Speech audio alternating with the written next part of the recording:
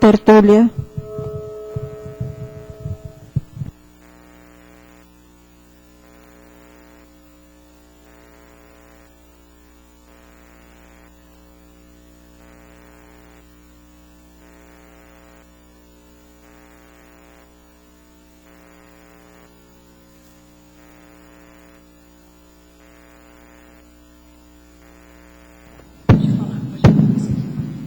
É?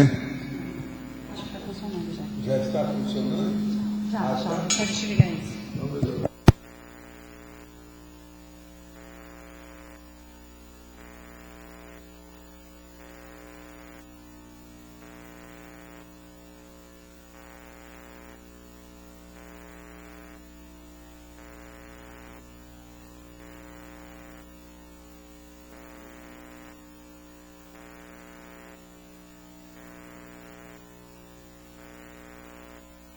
É a contrapontologia, que é o tema, o assunto, o título. Agora, a especialidade é verponologia. Agora, a contrapontologia é a ciência aplicada aos estudos, conhecimentos específicos, sistemáticos, técnicos, teáticos, investigações ou pesquisas da qualidade, condição ou caráter da composição de ideias racionais e argumentos explícitos por meio do emprego de contrastes ou entrelaçamentos de temas com paralelos, confrontos, antipodias, oposições, inversões, comparações ou complementações. A ciência dos contrapontos técnicos, a pesquisa das junções de concepções, os estudos dos conceitos conjugados, a concordância harmoniosa de ideias, a atração dos opostos, a união dos contrários, a inversibilidade dos construtos, a troca de posições dos conceitos, o emprego simultâneo das ideias afins, o cotejo das ideias divergentes. Eu quero dizer para vocês que logo em seguida está repetido aqui essa pequena frase. A gente já riscou isso no original. O cotejo das ideias divergentes, tem 2 vezes. Agora, depois, os 2 lados da temática, os 2 polos da questão, as 2 faces da moeda, o reverso da medalha, os diferentes ângulos da realidade, a consciência dos contrários. Isso aqui é aquilo que eu falo, esse verbete é específico para aquelas 2 sessões que eu falo do Homo sapiens carbonizados, que mostra lá os 7 conceitos convergentes, etc. Agora, na taxologia, dentro da divisão lá da argumentologia, nós falamos da elaboração das máximas, anexins e provérbios, e a gente mostra 12 citações com confrontologia. Agora, a frase enfática, a contrapontologia é ciência irmã de outras, no âmbito da refutaciologia. Por exemplo, 2 pontos. A confrontologia, a paralelologia, a conflitologia, a antagonismologia e a oposiciologia. Você emprega a contrapontologia nos debates técnicos? Já pesquisou o assunto em profundidade?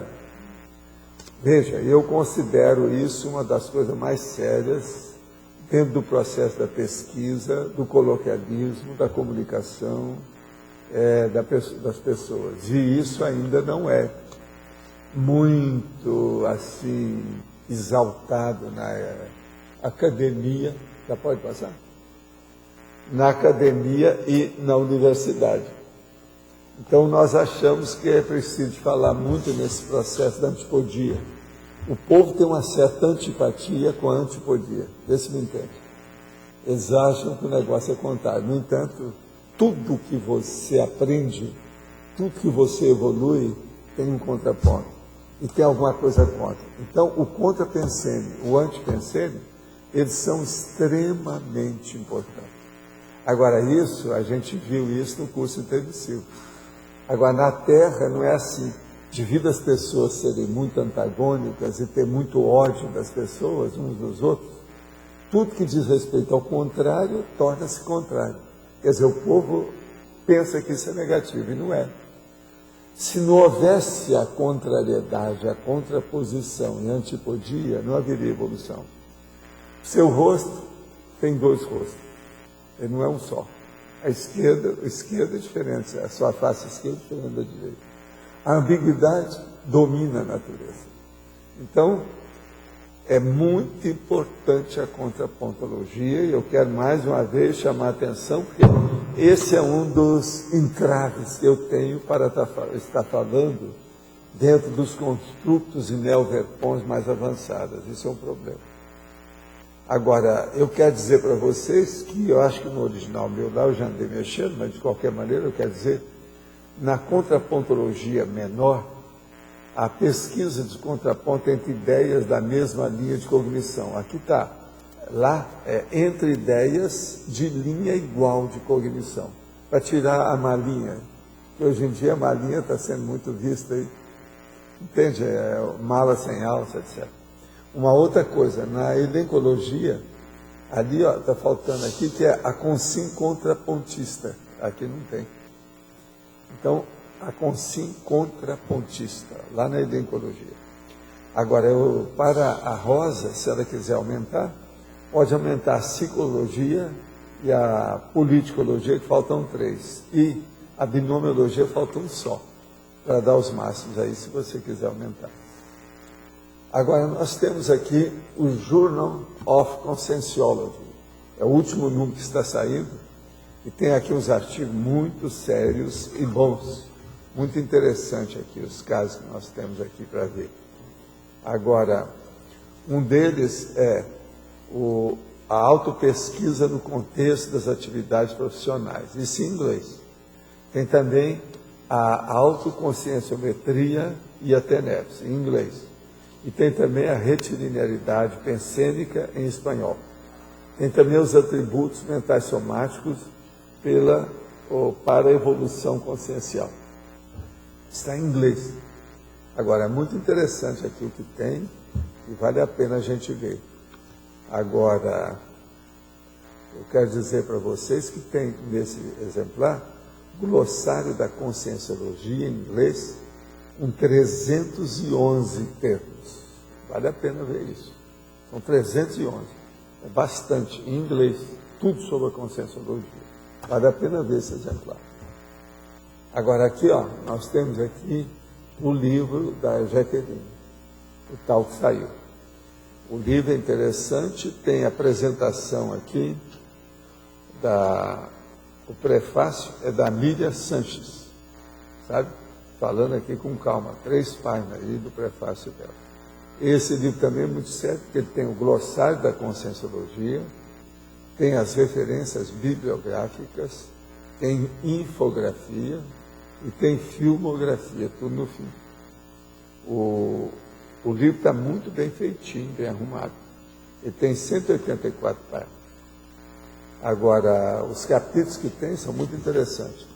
Autopesquisa, laboratório pessoal, ser e estar mãe, maternidade e ser mulher, instintividade animal, história do que é estar mulher, maternidade, opção lúcida, antimaternidade e responsabilidade evolutiva, profilaxia evolutiva, superação grupal, consciência educativa, responsabilidade assistencial. São os termos, de modo geral, tem mais detalhes nos mini títulos aí, vale a pena ver. Agora, atrás tem uma mulher aqui pelada, mostrando sobre as gestações conscienciais. Aqui, mas a gente quase não lê. Isso aqui, a capa já não dá para ver. Agora, a mente que se abre a uma nova ideia jamais voltará ao seu tamanho original. Isso é do Albert Einstein. De modo que, se vocês abrirem para uma nova ideia, vocês não vão voltar mais. A situação é essa. De modo que não é só a pessoa que está grávida. Como é que a gente faz? Não dá para fazer isso.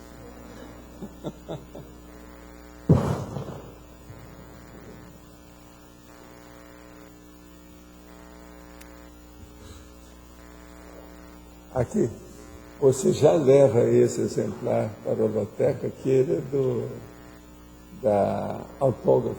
Tá certo? Está bonito, assim, a apresentação, está bacana. Mas então, sob a contrapontologia, nós ficamos aonde aí? Como é que é? O que você tem para falar? Você que é o filósofo dos debates, das brigas, você que está sempre do outro lado, não é isso? Do outro lado, no contraponto. Agora, o que eu vejo aí do senso comum e as pessoas em geral, como você falou, elas não aceitam o contraponto. Agora, parece que existe uma dogmática, portanto, elas acreditam que existe uma verdade e está acabada. Existe uma priorismose sobre o processo da ideia contrária. Então, veja, essa priorismose reflete uma neofobia. Então, a pessoa neofóbica. Isso é muito comum mesmo. É comum aí para fora. Veja, eu vivo falando isso aqui. Esse é um dos problemas que eu tenho com a conscienciologia. Não é o povo aceitar ou não aceitar. É a pessoa que já tem muita ideia preconcebida para não fazer debate. Agora, sem debate, como é que a gente evolui? Como é que a gente faz pesquisa? O princípio da descrença é baseado no debate. Antes de mais nada. Porque a pessoa vai pesquisar, ela quer saber do outro como é que é. Tem uma resistência muito grande em pessoas aceitarem o contraponto. Agora, por aí, talvez 99%, tudo pela socinha fora, é assim. Não sei se 1%, acho que é muito. Agora, o contraponto é uma ideia difícil, séria, mas muito importante. O Loche, no início, quando ele chegou aqui, ele tinha problema com esse negócio de contraponto. Ele custou até se encaixar dentro do universo do contraponto. Agora, hoje, ele é o cara que mais defende essa questão de contraponto por causa da PEC, né? Porque lá é o que tem mais. Agora, a pessoa chega com a ideia, você mostra a outra para ela. Isso aí já é o soco na cara, é o contraponto. Eu acho que é o motor da evolução também, o contraponto. É o que move a evolução. Mas o problema da experiência pessoal. A profissão mostra o delineamento, a especificação da ocupação da pessoa. Essa ocupação, a pessoa defende aquele ponto de vista. É a posição que ela está. Aí começa a nascer o processo de contraponto. Agora, eles gostam muito de usar a palavra discussão quando tem uma pesquisa. No fim tem discussão. Agora, a discussão é justamente o processo de contraponto. Então, na pesquisa, na investigação, é necessário ter o contraponto o tempo todo. Agora, o que eu gosto mais de usar é a palavra refutação, refutaciologia, que é a mesma coisa de confutaciologia também, que é o debate. Não sei se você acha, mas eu estou achando o seguinte, colocando uma hipótese seguinte, que o que existe por aí afora é uma dogmática geral, porque eles não aceitam, predomina em tudo. Na sociedade patológica, não aceita o contraponto. É isso mesmo, é mesmo uma dogmática. É uma doutrinação peremptória, já de afirmação absoluta, com verdades que também pretendem ser absolutas. E isso é um erro, tudo errado. E generalizado, e muitas vezes falam, não, eu não sou dogmático, mas fala que não é, mas é geral. Que a gente agora, é baseado nisso que é difícil. Agora, eu tenho aquele princípio, né? Se uma coisa não presta mesmo. Eu estou vendo agora que eles estão fazendo lá uma falsa ou pseudo mudança política dos princípios políticos lá do Senado e da Câmara. Mas veja, os caras que têm processo na justiça podem ser candidato, pode fazer tudo. Quer dizer, eles não têm esse princípio, daquilo que não presta mesmo. Tem que resolver primeiro uma coisa, para depois pegar outra. Agora, eles estão deixando, quer dizer, que a corrupção continua do mesmo jeito, em alto nível. Não mudou nada. O que eu vejo também uma tapiação, esses nossos representantes aí. Para haver também essa democracia pura que você fala, tem que haver antipodia. Mas veja, não pode ter só a situação, tem que ter uma oposição. A oposição é que entra com o carro-chefe do contraponto. Tem que haver, não tem saída. Agora, as personalidades não são iguais, então sempre tem que ter contraposição. Agora, esse é que é o bom, e sempre tem que ter o contraponto. Porque a evolução não é igual para todo mundo. Nós somos diferentes. Mas isso é ótimo. A gente tem a igualdade, a semelhança, a similitude entre os deveres e obrigações. Mas do ponto de vista de tendência, ninguém é igual. Aqui que entra o binômio admiração e discordância também. Né? É.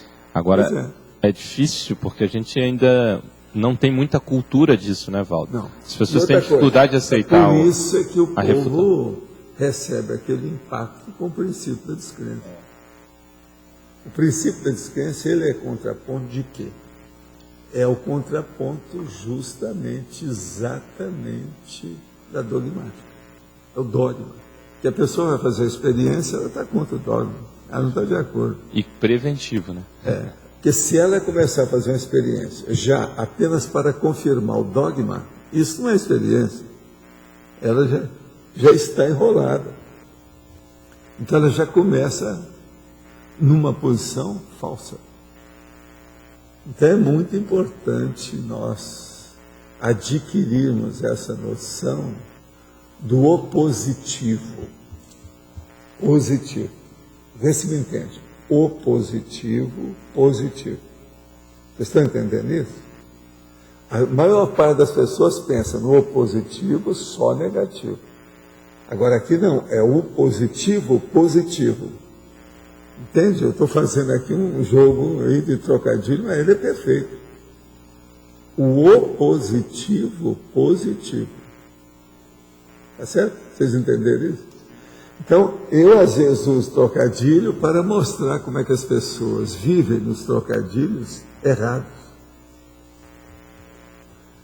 Nessa questão aí, isso aí é típico.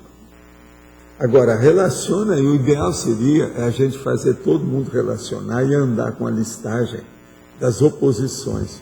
Que é isso que eu falo aqui, por exemplo, ó, antipodia, o confronto, o paralelo, a oposição, o cotejo, a confrontação, a comparação, a complementação, a inversão. Isso aqui seria bom a pessoa pensar de vez em quando nisso. Então, por exemplo, tudo aquilo que você tem como um ponto pacífico, seria bom você levantar essas 10 ideias aí de oposição. Está muito pacífico demais. Por isso que a gente fala, tudo aquilo que você vê que tem muita unanimidade, procura colocar a contrapontologia. Você vai começar a descobrir as ideias novas. Então, a ideia nova, a primeira coisa é o seguinte, a pessoa vai passando em várias portas. Só entra nas portas que estão abertas. No entanto, tem outra que está fechada e que não tem chave. Essa é que interessa. O contraponto entra é onde não tem chave. É onde a porta está fechada. Entende? Então é necessário ir lá, como lá no Law and Order, pedir o juiz para autorizar a entrada lá. Se não tem chave, não arranjou a chave, derruba a porta. É o mandato. É mandado, né? Eu não sei se você acha que o ensino, o ensino, a cultura em geral, tudo está condicionado para não haver contrapontologia, tudo é dogmático. Mas sempre tem. Quase tudo. Então a nova geração aí é totalmente contra, ainda mais quando ela se torna patológica. Por exemplo, os processos de tóxico criam uma contrapontologia patológica, né? Todo lado. Problema é todo jeito. O problema é entre o filho e o pai, a filha e a mãe, o aluno e o professor, e por aí vai. Todo lado tem isso. Mas, Rosa, o que você queria falar? Assim, na antonimologia, você colocou coerenciologia. E assim, eu tinha pensado que na contrapontologia você pode ter coerência. Então, eu queria que o senhor ampliasse mais um pouco para mim o conceito de coerenciologia. Sim, o problema todo é o seguinte, a coerenciologia real é aquela que caminha para a unanimidade. Então, toda vez que tem uma coerência, mas tem uma antipodia ou tem um contraponto, ainda não é uma coerência profissional, é de amador. Por exemplo, você vai fazer uma frente ampla de ideia ideológica, política ou filosófica, qualquer coisa científica. Tem que haver unanimidade aí predominando nessa situação. Então, veja, aí haverá mais coerência. A coesão é feita por todos os órgãos e sistemas da estrutura. Se falta alguma, tem uma coerência que ainda não foi feita. que a coesão é então, o processo da unanimidade é o processo da coerência. É que para mim, assim, ó, na igualdade tem íncita diferença também. O raciocínio que você faz para Mas não interessa, mas ela é secundária. Tá.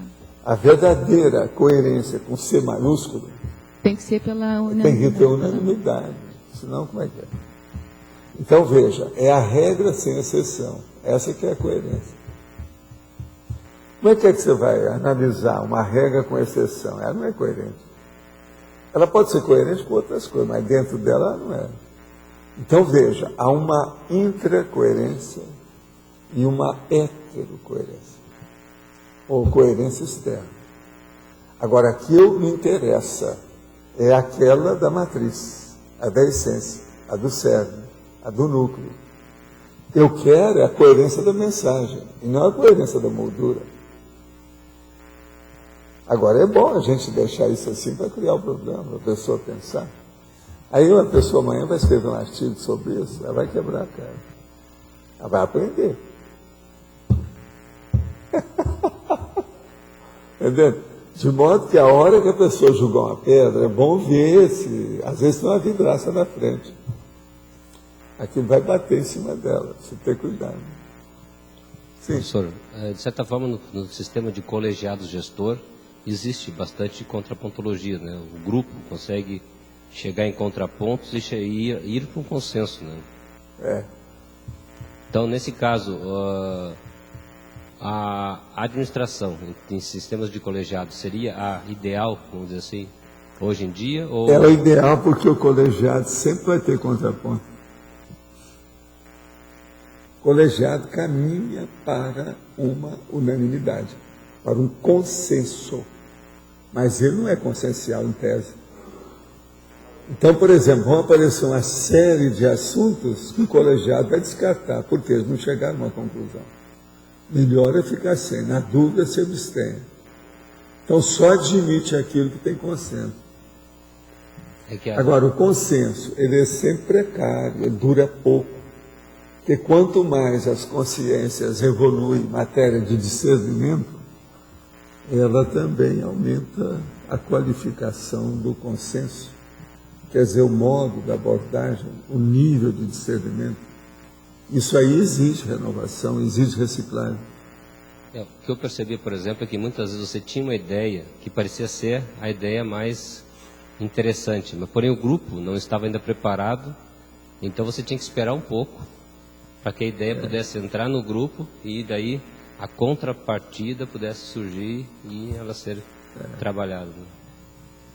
Agora, é sempre importante ver as ideias contra as ideias que nós defendemos. É muito importante a heterocrítica. Ela não tem preço, é inavaliável. Eu sempre falei isso. É fora de série qualquer tipo de heterocrítica que seja racional. Isso é muito sério.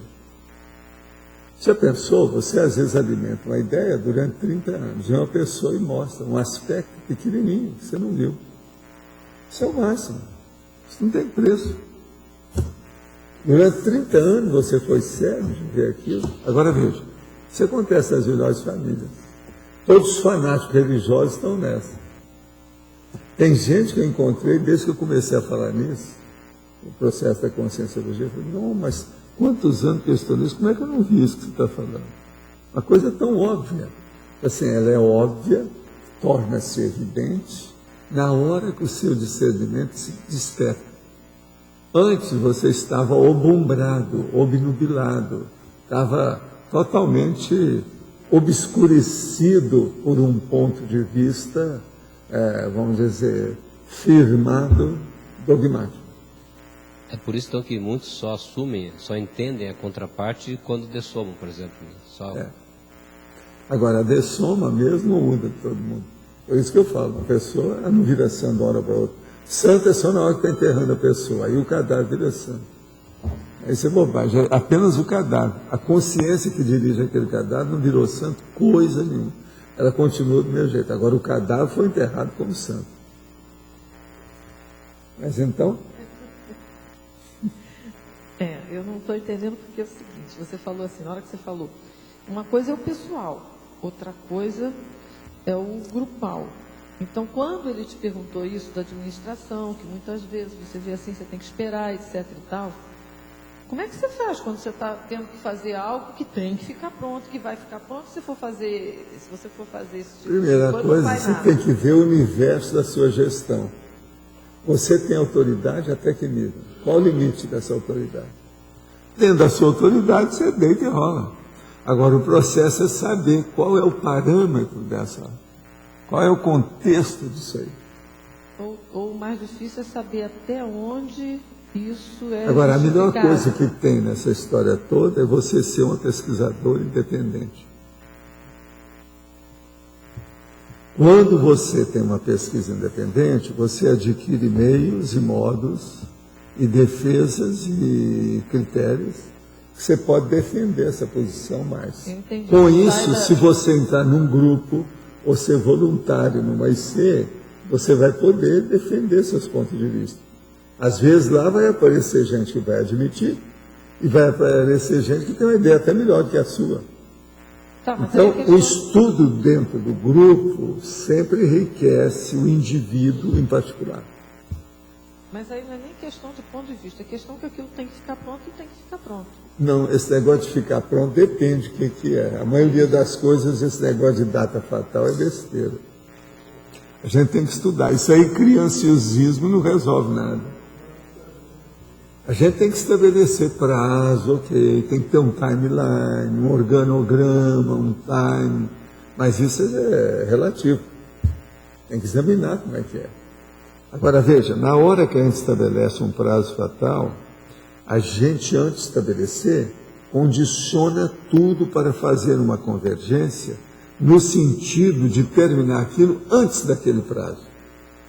Por quê? A gente tem que fazer isso com uma previsão a longo curso ou de longo prazo, lembrando que pode ocorrer interveniências, contratempos, percursos e percalços que não estão marcados. Então, eu preciso de marcar isso aí. De modo que o processo é esse, não tem nada disso. A hora que você fala desse jeito, é um processo autocrático, isso aí não é ideal. É o Pois é, totalitarismo. mas aí eu fico voltando, eu tenho avaliado isso. Mas como fazer diferente? Como ser feito Se eu diferente? fosse agir desse jeito, eu não teria feito nada na minha vida.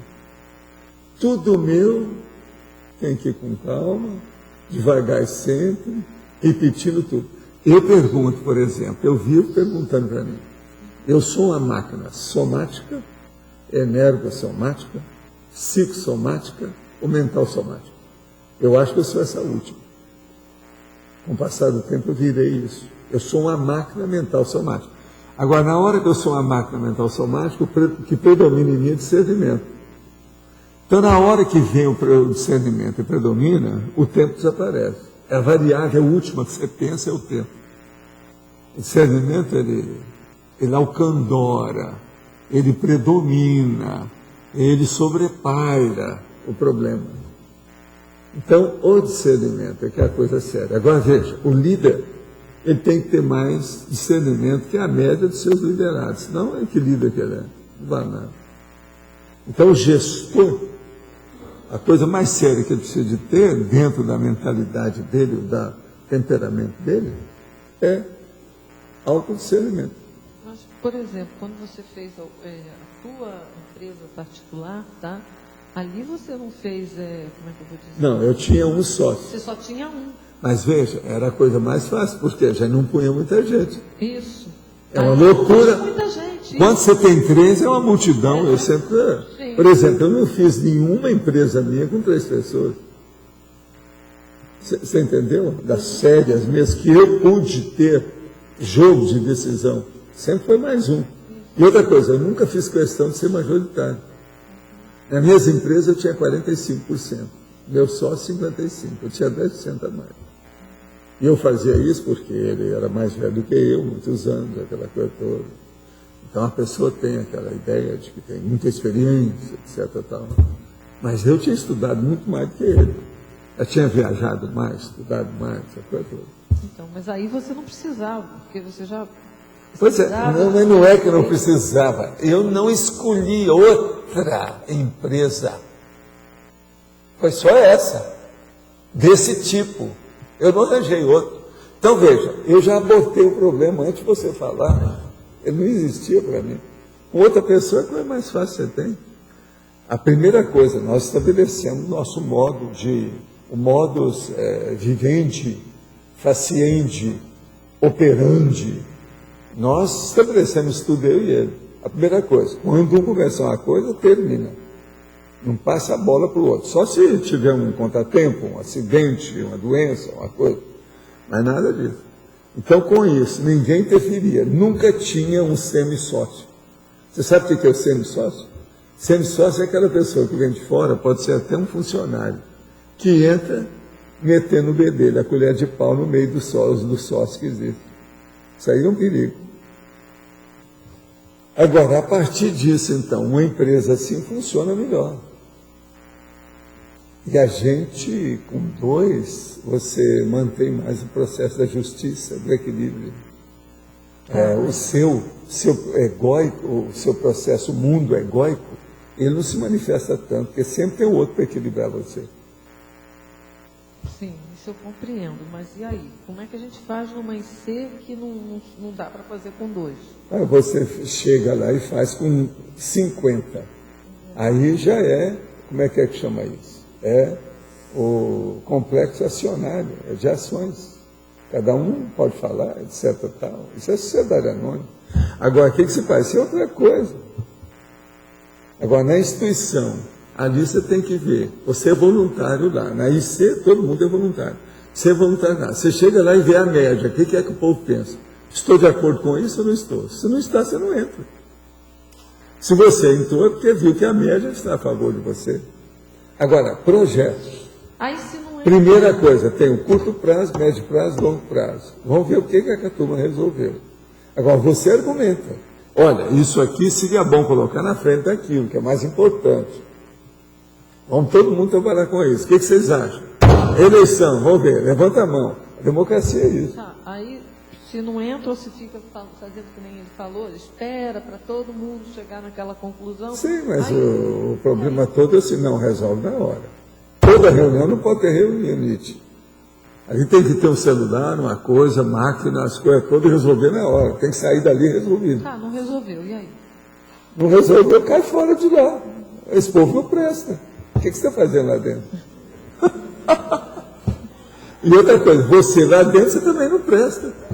Pois é. Você continua lá dentro, porque você, o que você está fazendo? Tudo errado. Então, veja, numa reunião de qualquer empresa ou instituição, a primeira reunião já define sua posição. O que você vai ver daqui para frente? Aquilo vai se repetir. O nível que está ali naquela reunião vai continuar. Aquilo para mudar vai demorar. Isso. Se tem mais de 3 pessoas, o negócio vai piorando cada vez mais. Quanto mais pessoas, pior. Mas aí, esse limite entre isso e uma omissão deficitária é grande, né? Aí você faz o quê? Agora, veja, no início é bom que a pessoa mais experiente centralize tudo. Agora, com o passar do tempo, ela passa e vai distribuindo as responsabilidades, os encargos, as funções, as atividades. Mas agora, no início, é bom que centralize, porque senão a empresa não se mantém. Qualquer IC nova tem que ter uma pessoa que tem mais liderança para sustentar o negócio no início, e ela tem que mostrar para que ela veio, qual o posicionamento dela, a situação. Foi isso que eu fiz no Instituto. E eu, lá pelas tantas, queria até deixar isso tudo, mas ninguém queria que eu deixasse. Por quê? Agora, eu absorvi tudo. Vocês já pensaram, por exemplo, só para mostrar uma ideia do estudo. Na hora que nós vamos fazer lá um congresso, que era o mais sério que tem, Tem um aqui que desistiu, a outra desistiu, o outro criou problema, o outro não sei o quê. Eu chamo lá os caras, então, que iam trabalhar conosco, assim, ó, eu vou fazer isso aqui, vocês querendo ou não, eu pago do meu bolso tudo que tem, mas eu vou fazer. Vocês querem participar ou não quer? Quem não quer, cai fora, a porta está aberta. Saiu, o congresso foi o máximo, a gente pagou a situação, 2 meses depois que ele acabou, estava tudo pago, não tinha nada. Agora veja, foi preciso eu bater na mesa. Estou mostrando uma coisa das mais sérias que nós íamos fazer, foi uma das coisas mais sérias que tinha. A Marina viu isso. Eu não vou falar os outros nomes que estavam lá. Teve gente que desistiu, não, isso aí não dá. Não dá. É muito serviço, é pouca gente que não sei o quê. Eu falei, não, eu faço por mim, deixa comigo. Pera, mas isso aí não é autocracia? Pois é, mas é isso que eu estou falando. Você tem que ter a centralização no início. Isso não foi autocracia. Foi uma bênção que eu estava dando para eles. Eu ensinei para eles como é que a gente faz uma instituição. Todo mundo reconheceu. Eu não vou falar os nomes aqui, está todo mundo aí trabalhando, a maioria do povo que deu conta. Agora, a hora que viu que eu ia fazer a tranca e barranco, mesmo que fosse pelo meu bolso, acabou. Agora, me dá da história. Quando eu falei isso, havia 2 representantes da firma que queria ganhar dinheiro conosco com a publicidade, a promoção.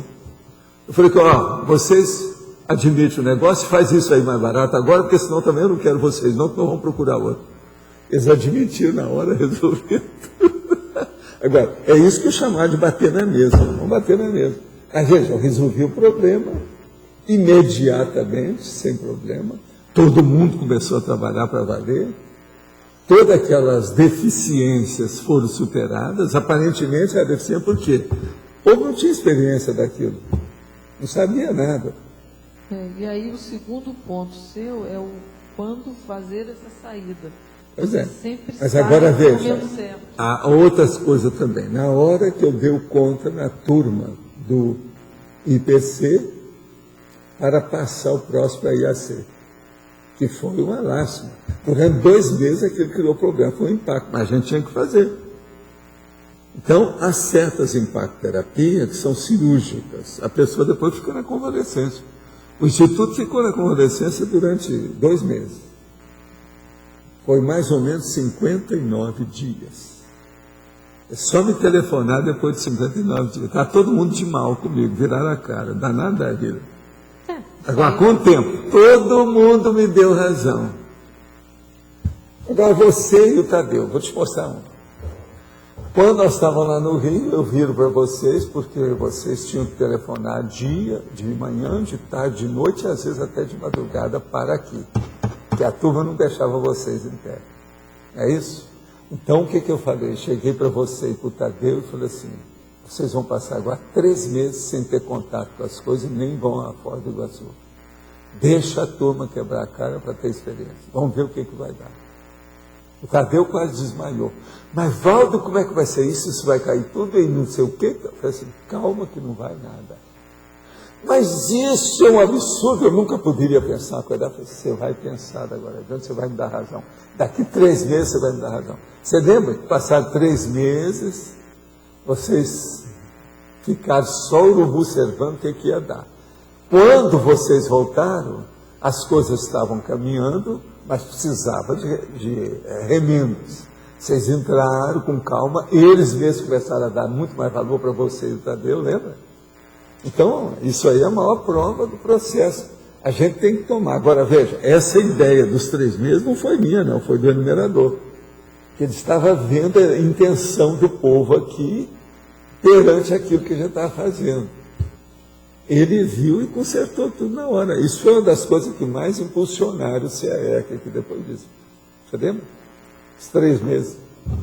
Eu nunca pude esquecer isso, porque foi preciso segurar o Tadeu, porque o Tadeu estava desesperado na hora que eu fui falar com ele. Mas eu estou achando isso um absurdo que você está querendo. Agora veja, na vida a gente tem que saber ter a liderança com discernimento. Liderança, antes de mais nada, é um processo de discernimento. Se tem, acabou. Agora, esse discernimento é uma base de política administrativa. Então, a política administrativa é que é séria. Por exemplo, eu estava falando para o Loche um dia, uma das coisas mais sérias que tem na política era estudar política administrativa. Hoje eles estão querendo fazer isso com essa ideia de gestão, empreendedorismo, 1 milhão de coisas. Mas isso ainda não é o ideal, porque se pensa muito em dinheiro na hora que estão fazendo isso. Tem que esquecer o processo de dinheiro e pensar no discernimento. Discernimento que eu estou falando, teático, da teoria e da prática. É que é difícil o pessoal pegar Eu isso. sei, é muito difícil. Agora, veja, Se a fosse dificuldade... é como aqui no CAEC. Se a gente, quando chegou aqui, tivesse pensado que aqui nós precisamos ter tantas pessoas, vamos ter que ter tanto dinheiro, aqueles 13 milhões, não sei das quantas. Não tínhamos começado a fazer Foi, nunca. 13 milhões e meio de dólares. Foi o cálculo que eu fiz. Esse cálculo quem fez fui eu. E eu estava certíssimo. Por incrível que pareça, para a época estava Mas às vezes certíssimo. o pessoal queria começar o projeto, por isso assim. Mas você lembra daqueles Se a dois gente pensar picaretas? nisso, nós não chegamos lá. Vieram 2 picaretas e quiseram, não, se nós vamos fazer, se o negócio é 13 milhões e meio, a gente vai ficar pelo menos com 1 milhão no bolso. Aí o rapaz estava atrás no carro, escutou aquilo tudo, a gente dispensou os caras. Mandou eles passearem. Você lembra, né? É de uma cidade aqui próxima.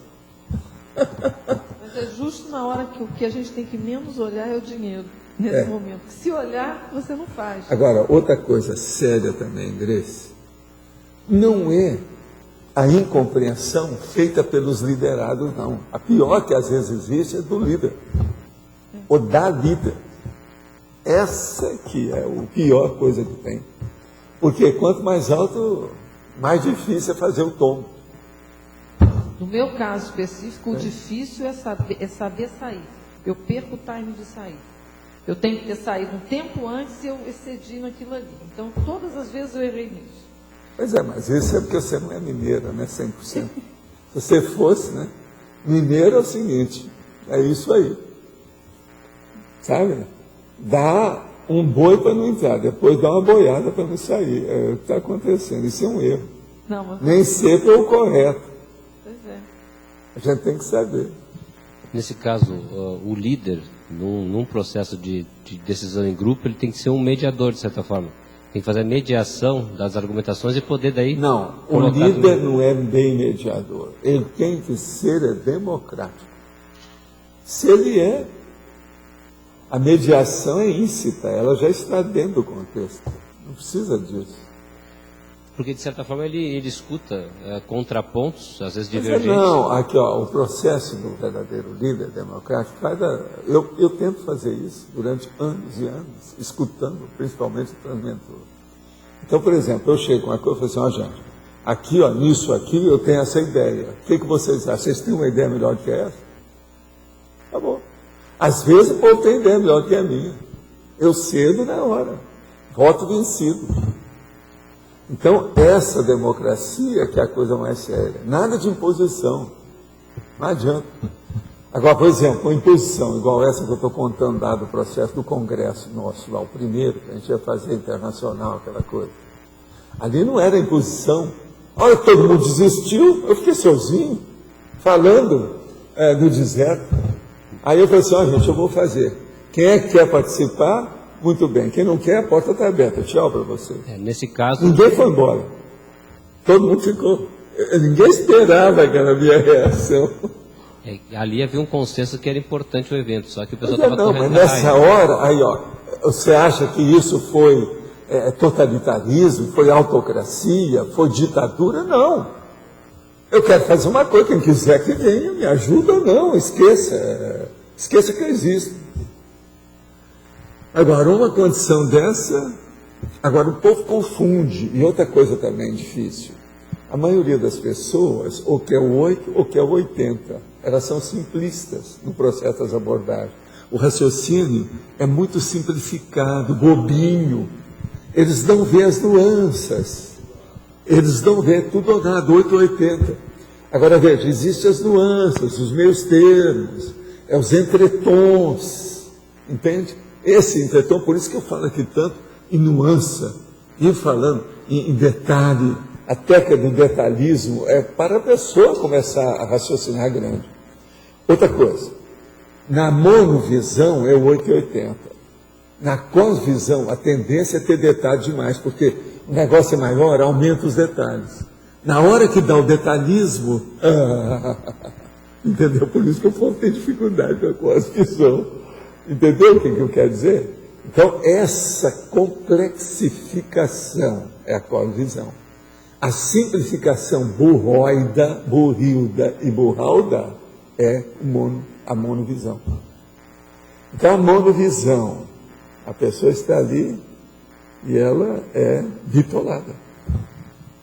Seria fora o fato de você, se você tiver uma visão mais extrafísica também, de você poder perceber até um nível, às vezes, de assédio que ocorre. Um processo extrafísico, aí tudo muda de figura, né? A coisa muda.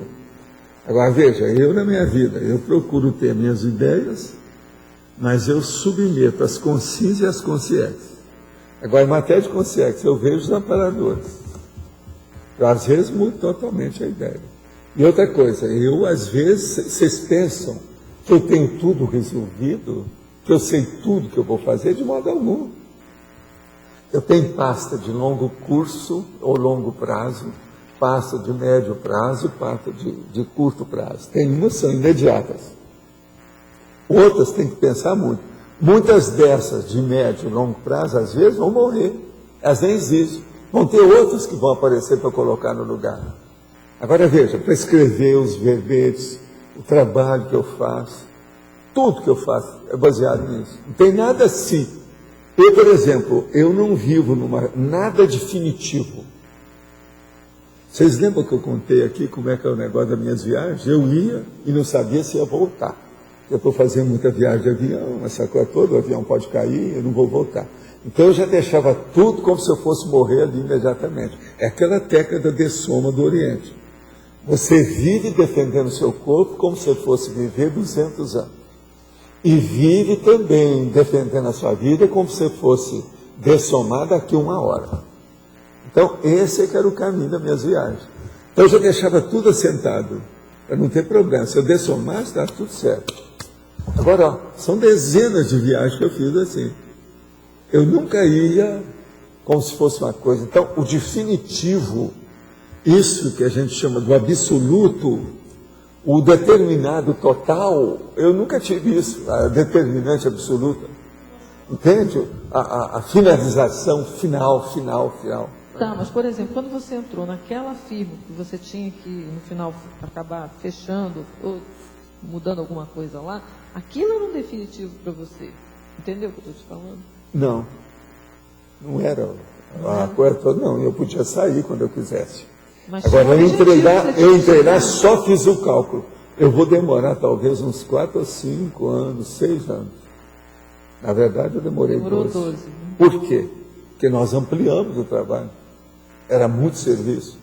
A gente foi atender no meio do caminho outras coisas que pediram, porque o negócio começou a dar muito certo. Quando tem uma firma muito grande, que aquele setor ou uma filial começa a sobressair, eles arranjam um monte de outras coisas para passar para aquela firma, que vai dar certo o outro. Aonde então começa a capengar, eles querem que você atenda. Então isso tudo começou a aparecer. Então a culpa foi nossa. Pelo, vamos dizer assim, no caso, o sucesso, o êxito. O êxito atrai deficiências. Você entendeu ou não? Então veja, a gente começou a funcionar de tal maneira que daqui a pouco ultrapassou tudo quanto era números que eles conheciam. Não, esses dois aí deram certo. É o maior casamento de gestão que existiu por aqui.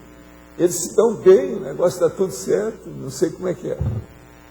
Aí aparecia lá um negócio, ali está claudicando, o negócio está caindo aos pedaços. Vamos passar para eles. Aí vem o outro e fala assim, mas veja, o advogado, mas veja, eles já têm isso, já tem aquilo, já tem um monte de... Não, esses são capazes, você não está vendo? Eles têm critério, eles têm um jeito, eles podem ampliar isso tudo. Aí a gente tinha que atender aquilo atrasava mais um pouco do que é que nós tínhamos que fazer. Você está entendendo? Então, daquilo que eu pensava entre 4 a 6 anos, o negócio demorou 12 anos. Mas nós chegamos em alto nível. E outra coisa, ninguém percebeu o que eu estava fazendo. Tinha gente que falava assim, a gente não entende como é o que o Dr. Valdo faz aqui. Porque ele, com esse negócio todo, estudou tanto, viu tanta coisa, e está aqui mexendo com essa turma, esse povo, esse negócio, tanto operário, tanto vendedor, tanto processo psicomotriz. O que ele está fazendo? No entanto, o objetivo era totalmente mental somático, de alto nível. Agora, eu não posso abrir o jogo disso aqui tudo, até hoje. Essas coisas todas não existem aí, tem muita gente, vai criar problema. O povo, tem gente que não entende, né, por que é que eu fazia isso. Agora, empresa, você tem que ser assim. É aquilo que eu falo, a minha observação sempre foi essa. Você quer combater alguma coisa, você entra lá dentro e domine aquele assunto mais do que aqueles que defendem o assunto. É assim que a gente faz.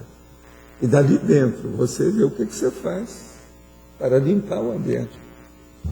Fazer uma higienização do holopensene. E foi o que a gente foi fazer.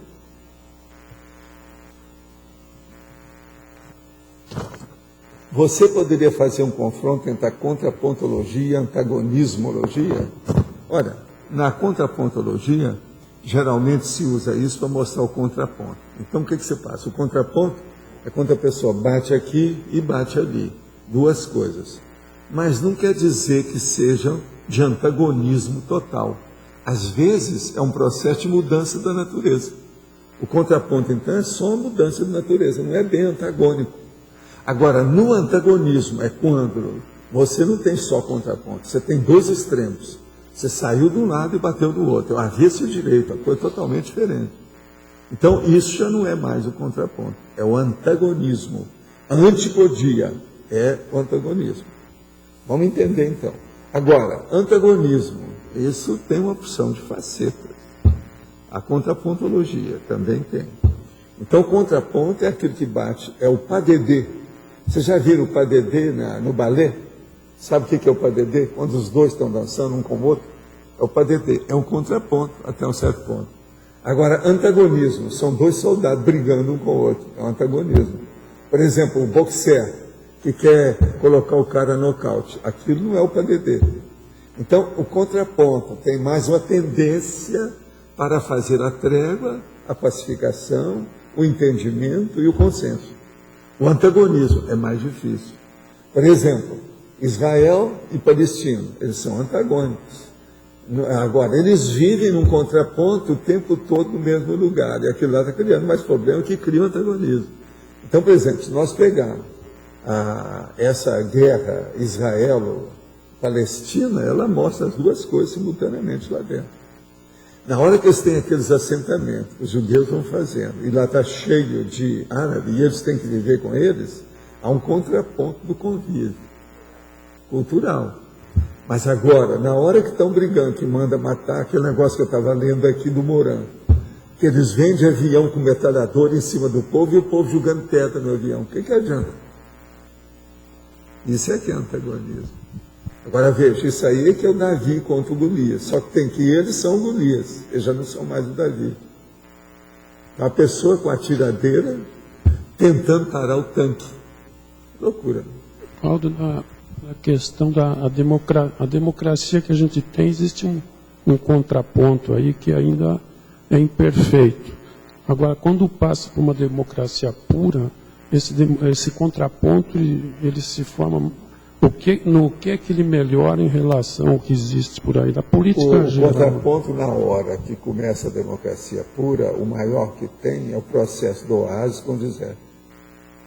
Nós estamos criando um oásis aqui dentro do desertão. Isso aí vai ser um contraponto com o tempo. Você veja, tem gente que fala que eu sou Rasputin, que sou isso, que sou guru, que não sei o quê. Isso aí são os ladrões do deserto. Ladrões que eu estou falando, quer dizer, aqueles que ladram. São os cachorros que a caravana está passando e os ladrões estão latindo. Quer dizer, ladrão, no caso, é o cachorro que late forte. Mas quando atinge... Ladrou, é o ladrão. O que pesa mais na democracia pura seria que lá vai haver sempre consenso de uma forma, vamos dizer, sem guerra, sem nada. Sem atrito, a gente pensou esse povo todo, inclusive os cachorros da beira da estrada. Está todo mundo abençoado com antecedência. Todo mundo perdoado até o ano 3000, não é assim? Então, isso é que é a vida. Esse contraponto nosso já é... Esse contraponto vai já ser é uma coisa que, milenar. pro futuro. Ele ainda vai longe ainda, porque o consenso aqui sobre democracia plena ainda vai demorar muito. Por enquanto é uma utopia. Por enquanto ainda é da imagística. Mas nós temos que começar a pensar e falar nisso para criar um óleo pensante pessoal. Especial, próprio. Porque senão como é que vai ser? E o Se você não começar a pensar, não há pensenologia, não há pensanidade, nada disso vai funcionar, vai demorar ainda mais. Você acha que bate mais o pino nessa democracia nossa aqui, que ela é quen-quen, em geral? E umas que nem democracia. Não, assim. essa a gente não pode estar tendo muita esperança, não. Isso aí está muito enrolado, a corrupção está tomando conta. Essa vida você não vai ver nada disso melhorar. Agora, nas próximas, as coisas são diferentes, vai depender de você, do seu auto-revezamento. Agora, conosco, un petit comité, num grupo, o processo da ilha de consciencialidade, isso é outra coisa, você já pode começar a pensar. Nós não estamos querendo, aqui, ó, o que a gente trouxe aqui é o processo da Comunex avançada com o curso intermissivo, CI. Isso aí, nenhuma religião traz um negócio, eles trazem outras coisas para impor. Nós não estamos impondo nada. Nós somos baseados no princípio da descrença. Então não tem jeito de estar combatendo a nossa posição. Nossa posição é democrática. Agora, se nós conseguirmos sustentar isso, vivenciar desse modo, daqui a pouco isso vai contagiar positivamente, veja bem, as ICs, a pedagogia. Daqui a pouco vai ter empresa também, que já está com o processo da democracia pura. Então é isso que interessa para nós. É dar esse exemplo, que isso é possível. Se outros grupos na Terra, na história, você sabe disso, já estudou filosofia, se eles já tiverem esses núcleos efêmeros, entende? Às vezes muito fugazes, que já existiram com um pouco dessa democracia, por que nós não podemos fazer aqui? Podemos. Outra coisa, nós não estamos indo contra as leis do país, não estamos contra os direitos dos cidadãos, ninguém. Então, tudo bem. Mas nos partidos políticos, o que bate o pino? Por exemplo, eles defendem... Partido político, começa pelo partido político, já está tudo errado. Partido errado, a representatividade errada. Esse negócio de nomear deputado, senador para representar a gente, isso aí já mostrou que não dá certo. Isso não é democracia. A democracia tem que ser na hora. Faz uma assembleia e resolve o problema. E não deixa para amanhã, não. A maioria manda. Acabou. Mas Agora, você vai falar assim, mas no início muita gente vai errar, o povo como é que vai ser? Sim, quebra a cara, aprende, vai melhorar. Agora, o problema é insistir até a pessoa amadurecer, virar profissional do assunto. Você elege um político, ele tem uma plataforma, daí o que bate o pino é que ele não cumpre. O que falta mesmo é aclamação. Falta é aclamar. Vamos ver quem é, as candidatas que tem aqui, quem é? Vamos ver quem? Levanta a mão, vamos ver quantos. Nós estamos mostrando essa democracia todo dia na hora de ver o verbete. Isso é democracia plena. Eu trago aqueles que estão mais fáceis. Eu podia trazer até mais verbete, eu trago 20 para começar. Né? A pessoa escolhe. Isso é democracia. Não estou impondo nem o texto para estudar. Que a tertúlia tem que ser uma coisa democrática. Agora, o partido também ele defende interesses escusos também, né? Ele defende... Não, o partido já era, representatividade já era. Agora, se você ler, por exemplo, um dos melhores livros que tem aparecido ultimamente é esse mesmo, lá do nosso amigo. Você ainda não leu os livros dele, não, né? Leu? Esse Democracia Pura, vale a pena ver. Hein? Ele vem aí, né? Já para divulgar, posso? Pode. No final do mês de outubro, dia 29, se eu não me engano, né, 29, ou dia 30, 31, dia 31 e dia 1º, não é isso? Dia 31 de outubro e dia 1º nós vamos ter o Heterocrítica Especial sobre democracia pura, com esse livro, e o autor vai vir, que é o J. Vasconcelos. Então vale a pena porque a gente vai poder discutir aí todas essas Quem ideias. não participar disso aí vai caminhar para o dia 2. Pro dia 2, Uma pessoa Dia das morta. Consciências. Então, assim, acho que vale a pena, Valdo, porque você vem discutindo muito isso, né? E a gente vai ter oportunidade também de conversar diretamente com ele. Não, perguntar, fazer perguntas, ver como é que é, vale a pena. E só ressaltar que a ideia surgiu, foi aqui durante uma tertúlia, até porque o Valdo tinha comentado que aqui a Cognópolis pode ser uma ilha. Vocês aqui, ó, vocês vão com o céu. Vai com o céu. É isso? Então, aqui Vamos dar um jeito. ser uma ilha de aplicação da democracia pura, para a gente não esperar os 1000 anos que você calcula para a Pois Terra. não, Então, vamos a gente já começar pode ter- pelo Vasconcelos, né? Depois nós vamos ver os outros autores nessa história. Vamos ver para onde nós caminhamos, para ver se entendemos o que é democracia. Eu só pergunto a você, tem alguém em Brasília que entenda de democracia? Alguém aí tem esperança nesse sentido? Tem alguém? Hein? Alguém? Então, veja, são todos representantes nossos, do governo. São representantes no governo, representantes nossos, da população. Agora, veja, essa representatividade está furada, isso não é democracia. Ele mostra isso tudo lá no livro. É mostrar que a representatividade é uma burrice. Ele tem razão. Ele tem sugestões para como Tem, fazer tem a mudança? mais, fala, Porque fala. parece que está bem complicado, né? A próxima eleição, as nossas eleições. Não. Pra Ele agora- sugere como é possível. Para quer dizer, agora não adianta falar nada. O negócio teria que fechar essas casas Então, o que todas. a gente e faz fazer a agora? aclamação. Ele propõe. Vamos ver quem é que vai ser o presidente da República aí, ou qualquer coisa. O líder lá de Brasília. Vamos Mas ver, então, levanta a mão. qual Fazer seria- aquilo em várias comunas por aí afora. Professor, Isso é qual- mais comunista do que tudo. A verdadeira democracia é comunista pura. qual seria o local que a gente poderia fazer essa pergunta? Quem seria o presidente?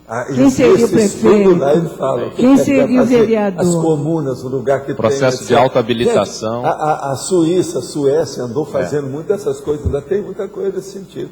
E existe são dois Ele dá critérios. também a relação dos 8 locais históricos onde já houve Isso. estudo. Lombardia na Itália, numa época, Mas na agora- Grécia, na agora- China, Lombardia. na China, Agora? na China. Seria um tipo de cogestão, será? Hein? Seria uma cogestão, que é uma participação. Cogestão. Gestão. Não é congestão, porque senão parece que o cara tem... Cogestão. É cogestão. É a cogestão. Não há dúvida. Agora, gente, o problema é da aclamação, Tânia. Agora, Valdo, Voto por aclamação. Acabou. só para informar, a gente, os voluntários todos aqui de Foz da Apex, a gente comprou o livro, cada um comprou o livro, a gente já fez um debate, e a ideia é a gente implantar a democracia Através pura disso, na vamos ver Apex. se nós melhoramos o nível de politização dessa nossa turma. Porque é uma vergonha que nós estamos apanhando da Argentina. Né? A Argentina, já estão falando que lá tem mais cultura do que aqui, não sei o que é e tal. Isso é uma vergonha para nós. Afinal de contas, a Argentina está aqui, 15 minutos você está lá. E o povo que vai lá está tudo reclamando, porque se vai sem um determinado documento, eles não deixam entrar. Não sei o que exige mais isso, não sei o que exige mais aquilo. O negócio está ficando bravo. Né? Professor, na página 12, ali na taxologia, o item 5, condicionamentos. Condicionamento. Educar não é cortar as asas, é orientar para o voo. Isso é anônimo. A gente percebe na orientação, quando você está orientando o aluno, que nem sempre você sabe onde a pesquisa vai chegar ainda. Então você dá para o aluno a possibilidade dele começar a pesquisar, a aprofundar e até voar, né, um pouco assim. Agora, a pior coisa que tem aqui, ó, que eu desejaria que vocês interpretassem, é a última, a 12. Singularidade. O que esse cara quis escrever com isso? Todos os jogos são educativos, menos os jogos educativos. Qual é que é a moral? O que ele quis dizer com isso? Como é que vocês interpretam isso aí?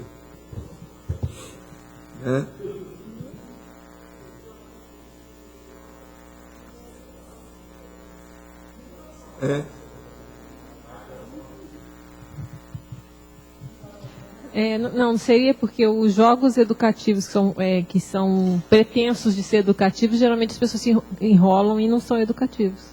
É isso? Em parte é isso. Seria isso? Mas aí pode ser isso. Mas agora o que é interessante é ver o que ele quis dizer com isso. Esse negócio de colocar o menos aí é um problema dessa história. Agora, vocês leram o resto? Há uns aqui terríveis. Olha aqui. A verdadeira dificuldade não está em aceitar ideias novas, mas escapar das ideias antigas. Eu luto com isso a minha vida inteira com a opção de gente. Tem vários aqui que isso é a minha luta diária. O verdadeiro discípulo é aquele que supera o mestre. Nunca se deve engatinhar quando o impulso é voar. As ideias são mais poderosas do que os exércitos. Isso aqui é aquela história. A pena é superior à espada, lá do Voltaire. Agora, educar não é cortar as asas, é orientar para o voo. Quem abre uma escola, fecha uma prisão. Foi o que é lá da minha faculdade de medicina. O sábio não é o homem que fornece verdadeira resposta, é o que formula as verdadeiras perguntas. Tá certo? Quer dizer, eu sou um burro, porque eu vivo falando coisa aqui para vocês. Está só fazer questionar o tempo todo. Mas como é que a gente faz? Tem a questionologia em todo o meu aí, pelo menos a gente dá uma, né? Algo como o mau tempo, na verdade, não existe. Existe sim vários tipos de bom tempo. Isso é que é ser otimista. É mais fácil construir um menino do que consertar um homem. Por isso que eu falo, é bom trabalhar com a evolução, a reaprendência, a invexa, a sinvexa, é muito importante. Vocês veem que eu sempre dei valor para o processo da nova geração. Não, eu quero ver quem é que veio da nova geração, que traz argumentos novos dos cursos intermissivos novíssimos. O que é necessário não é a vontade de acreditar, mas o desejo de descobrir, que é justamente o oposto. Aqui, é o princípio da descrença. Agora aqui, os anos ensinam muitas coisas que os dias desconhecem. Eu sou mais velho aqui, então eu não posso falar nada hoje. Não posso dizer nada. Eu estou na base dos anos. Vocês estão na base dos dias, é isso? A vida dura, né? Quantos dias você está aqui na Conscienciologia? O que se entendeu da 12? Eu não entendi isso. A 12? Não, eu quero que vocês me interpretem. Quem é que vai falar aí? Hein? Fala aí. Quem é que tem micrófono entre o polegar e o indicador?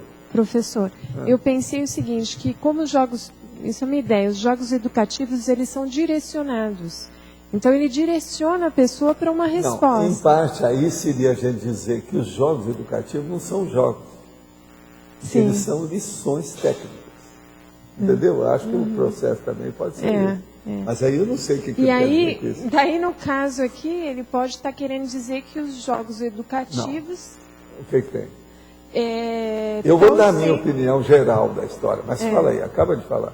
Então, se eles são direcionados, eles podem ser... castrar a pessoa, né? Pôr ela dentro de um padrão. Você sabe o que é que eu penso? Que eu quis dizer aqui? Olha, eu vou ler aqui. Todos os jogos são educativos, menos os jogos educativos. Por quê? Os jogos educativos já não tem mais jogo, você já não tem mais interesse de julgar. Ele está exigindo que você estude mais, etc. Ele deixou de ser jogo. O que você acha? Tem lógica? Eu acho que essa que é a interpretação certa, que eu arranjei até hoje, foi essa.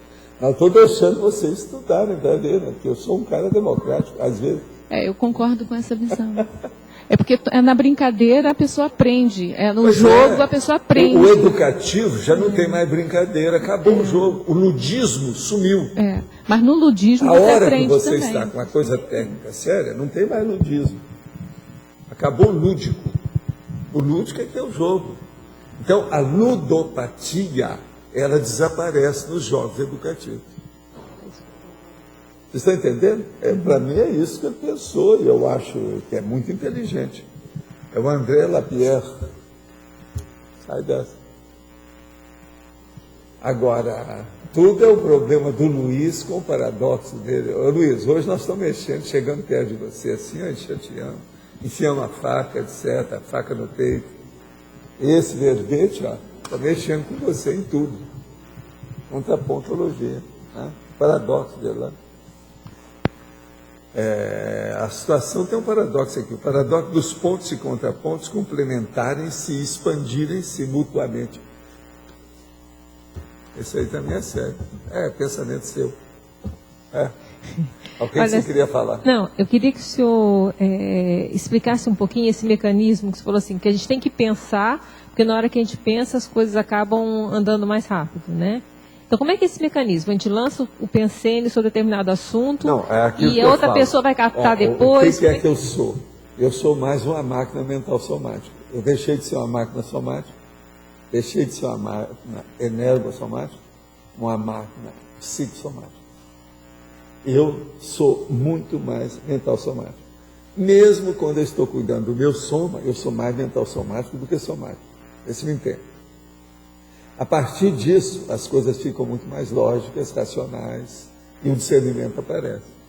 Por isso que eu falo que o mental soma é o paracorpo do discernimento. Entende? Então pensa, você é uma máquina de quê? Qual é a qualificação da sua máquina? O que prepondera, que predomina no funcionamento da sua máquina consciencial? Você como máquina, o que você é? Pensa, o caminho é esse. Agora, se nós colocarmos isso, o discernimento vai predominar em tudo. Você erra menos. E outra coisa, tudo começa a ficar mais eficaz. A sua eficiência se amplia. O acerto aumenta. Entende? O equilíbrio aparece mais. Na hora que vem, você começa a ficar, vamos dizer, habituado ao equilíbrio. A coisa melhor que tem na vida é uma pessoa habituada ao equilíbrio. Porque equilíbrio no início, para uma pessoa que está muito desequilibrada, é um problema. É muita coisa que a pessoa tem que abrir mão para ela se equilibrar.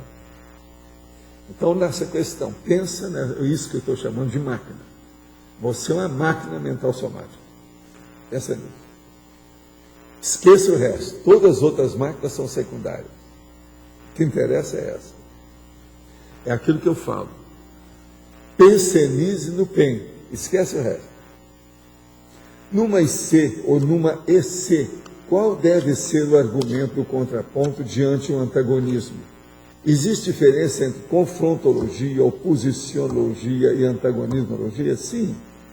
Oposiciologia, quase sempre a pessoa que está em oposição total, essa não quer saber de nada, porque ela já está assentada, ela já tem um posicionamento quase sempre irredutível, por isso que está dentro da oposição da história. Na confrontologia, ela saiu daquele posicionamento estacionado e ela agora quer se confrontar. Então já vai haver um conflito, vai haver uma briga. Agora, o antagonismo é a condição de ser antagônicos. Eles são antagônicos. Então, o processo todo aqui que nós temos que ver é isso. Agora, numa IC ou numa EC, é a pessoa ver o que é melhor para todos. Dos magos, o menor. Então, a primeira coisa para consertar a contrapontologia num grupo, a partir de 3 pessoas, seja empresa, instituição, seja o que for, é o CGC, que é o Código Grupal de Cosmoética. Se a pessoa entrar com isso, tudo melhor. Você está vendo que nós estamos cedendo, ou oferecendo, ou fornecendo todos os instrumentos para a pessoa ter a teática desses princípios da conscienciologia. Hoje a gente já tem, a maioria deles aí já funcionais, bem em cima. Não tem jeito de fugir. Agora, vocês estão notando por que é que eu tenho um processo da circularidade, está repetindo, né? Repetir, por exemplo, esses códigos, a codigologia, CPC, CGC, isso é muito importante. Agora, uma pessoa quer olhar isso, é só ela levar lá, procurar pelo Find e ver CGC. Ela vai ver todos os temas que diz respeito àquilo, na mesma hora. Tá, só com essa sigla, CGC, ela já vai encontrar isso. Mas, Valdo, o CPC já é difícil, agora quanto mais o CGC. Vou te fazer uma pergunta. Já tem alguém aqui conseguindo fazer CGC? Cônsul já está conseguindo? Nós precisamos do CGC. Não, vocês já estão conseguindo? Estou fazendo pergunta. A Consul já está conseguindo? É que o CGC é mais sério, que começa a ser mais sério, na dupla evolutiva. É o CGC. CDC. Não, o Código Grupal de Cosmoética. Agora veja, o menor que tem é da dupla, que já é grupal, é um grupo. Agora veja, a duplologia, esse ninguém pode fugir, todo mundo tem isso. Ninguém vive sem um código cosmoético. Mesmo aquela pessoa que não entende nada de cosmoética, ela tem um princípio para viver. Não, o meu gosto é esse, o meu capricho é esse, o meu estilo é esse, minha tendência é essa. Isso é o código dele. Te vira. Pôr em prática. Tá bravo. Não, mas dá certo, o processo todo que existe. Eu não estou aqui falando de certo. Se essas coisas não fossem exequíveis, eu não falaria. Eu estou falando tudo que é exequível. Gente, a maior prova de CGC, escuta, qual é a maior prova de CGC? Aqui, ó, Tertuliano. O que vocês estão fazendo aqui? Vamos mandar todo mundo embora. Quem é que chamou vocês aqui? Começar a cuspir em vocês todos. Que negócio é esse? O que vocês estão fazendo aqui? Isso é o código grupal cosmoético. A turma, você já sabe mais ou menos como é que funciona aqui a tertúlia. Vocês vêm aqui. Você, por exemplo, todo dia você é a primeira a chegar aqui. O que você está fazendo aqui? Agora, veja, a Pilar Alegre. Ela aguenta todo esse riscado alegre, está sempre sorrindo, etc. Tal. Então, o processo de código, todo mundo tem, né? Ninguém escapa disso. Agora, é uma pena, porque a maioria nem pensa que existe código. Tem gente, se for falar o que é códigologia, nem sabe o que é isso. De modo que temos que estudar mais. Então, Helena. E entra sempre a dialética do debate. Sim. Essa dialética do debate que entra contra a pontologia. Certo. Ela não é antagônica. Não, ela é mais um coloquialismo técnico. O que você acha? Mega dialética. Dois pontos. Coloquialismo técnico. Então, a dialética do debate, até em termos de democracia pura, ela tem que levar em conta a contrapontologia para se chegar ao consenso. A coisa mais séria que tem é a democracia da defesa do direito alheio. Na confrontologia ou na contrapontologia, nós temos que defender o ponto de vista da outra pessoa. É aquilo também que o Voltaire falava. Defendo com a minha própria vida o direito seu de defender esse ponto de vista. Mas eu não estou de acordo com isso. Essa última que é a melhor da história. Esse terno aí que é o melhor. Eu defendo o modo de você pensar do jeito que você queira. Você quer ser cego, anaurótico, você quer ser isso, quer ser aquilo, parcial, eu defendo. Com a minha própria vida, o seu direito de pensar assim. Isso é democracia. Mas eu não estou de acordo. Isso é o binômio admiração discordante. Eu admiro muito você, mas não estou de acordo nesse ponto. Você também pode me admirar muito, mas não está de acordo com esse ponto. Então, tá bom. Agora, nós conseguimos conviver. Essa coexistência pacífica é a democracia. Mas a democracia leva em conta também um consenso que não precisa ser total. Não. Ele é da maioria também aqui. Pois é, não, mas a chamada democracia da maioria, o Vasconcelos estuda isso. Não, isso eu estou perguntando. O Vasconcelos estuda que também esse negócio que eles falam, que aqui nós vivemos na democracia, que é a maioria que manda. Isso não é democracia. Ele explica bem lá. Eu estou dizendo num debate, já de uma democracia mais avançada. Vai Sim. prevalecer a maioria, porque não sei se vai chegar a um consenso total. Não, mas sempre. O problema não é aqui, o consenso sempre vai ter. Na hora que tem aclamação, existe sempre um consenso. Agora, aqueles que foram voto vencido, abaixa a crista, põe o rabo entre as pernas e fica quieto. E vamos ajudar aqueles que são máximos. É igualzinho nos Estados Unidos. O cara é eleito na mesma hora que ele foi derrotado, chega lá, dá os parabéns para ele, abraça ele e tal. Às vezes isso é democracia, até um certo ponto. Mas veja, ainda não é democracia porque é representatividade, está tudo furado. Não foi por aclamação. Mas, Valdo, como é que a gente pode ajudar alguém se a gente está vendo que aquilo ali está errado? Ajudando ela a errar mais? Não. Como é que é isso? Você faz concessão mostrando pelo seu exemplo que ela está errada. Que ela não quer admitir porque ela não entendeu. Você acha, a maioria das pessoas, elas não entendem o erro que elas têm. Uma minoria de pessoas que são mega assediadores entendem o erro que eles estão fazendo, eles gostam daquilo porque são loucos.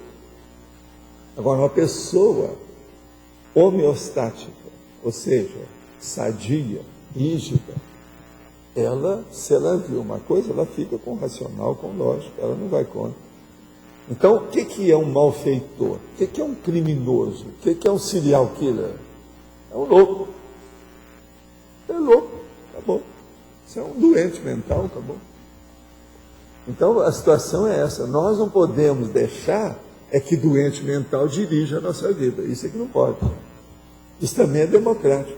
Para isso é que tem a camisa de força. Para isso é que tem a indução para fazer a pessoa dormir, para ela não avançar nos outros, não pensar a matar todo mundo. Louco, aquela pessoa que chega lá na escola dos Estados Unidos e mata 9, 10 de uma vez. Louco. Não tem motivo, isso aí não tem razão de ser. É impossível defender essa atitude. Então, na vida, é isso. Agora, o que é aclamação? Uma coisa que eu acho que nós precisamos de pensar aí, você vai pedir, quando o Vasconcelos chegar, para ele explicar bem o que é o voto por aclamação, que é da democracia. Para o povo começar a pensar nisso aqui. A turma não tem ideia. Inclusive, ele coloca lá, são dois sistemas de apoio nesse sentido. Né? Um é o sorteio e o outro é a questão da pontuação. Da pontuação. Quer dizer, você pega uma proposta, ele até coloca... Pois mas eu preciso de falar nesse processo da aclamação, porque isso tudo é aclamação. Que ele até mostra lá que é uma ilusão essa questão de plebiscito, tudo referendo e tal, porque eu acho que é democracia, que não é. Isso não é democracia. Porque você fica sujeito à retórica. Uma coisa que você pode pedir para ele também, para ele falar o que é democracia e o que não é. Mas dar a listagem, fazer uma enumeração para o povo anotar. Que isso tudo tem lá no livro.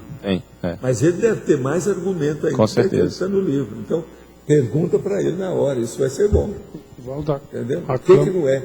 Porque o povo pensa, só porque tem eleição é democracia. Não é. Só porque a maioria absoluta é democracia. Outra coisa. Só porque tem gente que representa você, não é. Porque essa representatividade é furada. Achar que qualquer um pode se candidatar também não é. Estava lá um senador metendo o pau no que eles fizeram lá contra o Caiado, que estava falando do outro lado a favor do que resolveram. Ele falou assim, não adianta nada, porque a representatividade está furada.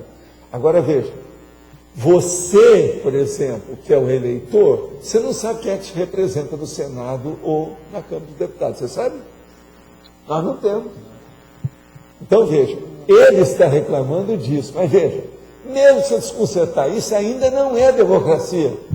Porque tecnicamente é inviável. Inclusive, tecnicamente é inviável. O Vasconcelos coloca isso, por exemplo, um deputado. Ele teria que ouvir milhões de pessoas para poder representar. Agora, o que é Como é que ele vai fazer da isso? questão é o seguinte, por exemplo, você quer ser um líder de alguma coisa, você quer funcionar, você quer trabalhar em favor do Brasil, então você se apresenta como candidato. Você vai lá. Aí vai ter. Então vem você, vem o Loche, vem a Dulce, vem a Magali. Eles vão escolher por aclamação. Quem é que vai ser? Entendeu? Ele fala da autohabilitação, né? A pessoa se autohabilita. Agora, todo mundo vai examinar o seu currículo, o currículo do Loche, o currículo da Dulce, o currículo da Magali. A aclamação vão ver tudo, com detalhes. Para eleger alguém. Agora, quando tem uma proposta, a aclamação significa, eu mesmo estando contra, eu vou aclamar. Não é isso. Agora, o que é aclamação? Nessa questão, na hora da eleição, tem a Dulce e a Magali junto. Uma é doce, a outra amarga ali. Então, se dizer, às vezes o ideal é amarga. Aqui, o melhor é amarga. Nessa questão, o melhor é amargar a situação. Nada de doçura, porque ela então pode ser muito maternal. Amargar é mais paternal, o negócio é mais sério. De modo que Dulce e Amarga. Essa é uma dupla ótima. Já estão juntas. Os afins se atraem, não tem jeito. Agora veja, é uma contrapontologia isso aí. Perfeito, essa aí. Uma contrapontologia. Antes da chegada do Vasconcelos, Sim. eu queria, se possível, o Loche explicar a aclamação em geral. Mais ou Na verdade, usa-se um sistema de pontuação. Então, por exemplo, se a gente teve aquele plebiscito lá de desarmamento ou não aqui no Brasil, né? Que acabou, a questão do desarmamento perdeu. Em vez de ser o sim e o não, que é uma ilusão de democracia, se pensaria vários pontos ou variáveis em que seriam considerados essa questão. E aí não se vota a favor ou contra, se vota ponto a ponto. Ponto a ponto. Aí você depois tem um somatório disso. Agora se discute muito legalização das drogas. Legalização das drogas. Aí muita gente, eu sou a favor, sou contra. Mas a maioria das pessoas nem sabe, nem pensou essas variáveis. Então você faz a pontuação. Agora, democracia é uma das coisas que nós precisamos estudar, não há dúvida. A Cognópolis tem que ser baseada nessa democracia pura. Agora, mesmo que seja ainda utópica, visionária, imagística, fantasiosa, fantasista, não interessa. Nós já estamos começando a acender aquela primeira vela bruxuleante. Já está mexendo. Esse que é o caminho. De modo que, como é que está a vela hoje? É isso aí que eu tenho que perguntar para vocês. A vela está acesa? Vocês deixaram apagar? Olha o vento. É a tocha da Olimpíada, né? Que vai passando. É a tocha da Olimpíada, não. É a tocha do revezamento. Nós vamos passar, outros vão pegar. Então, tem que segurar a chama viva. Ela sempre alentar a chama da vida. Esse é o caminho. Mas quem mais quer que está aí? Aqui. Quando estou assistindo a tertúlia, estou ficando gelado nos chakras básicos e nas mãos. Hoje senti um super banho de energia. Pode comentar? Olha, isso aí é um problema do seu desenvolvimento. A primeira coisa, você sabe o que é estado vibracional? Você já tem noção dos seus chakras? Por exemplo, se a gente julgar a energia daqui para lá para você, por exemplo, eu vou julgar agora. Vamos ver uma coisa, quer ver?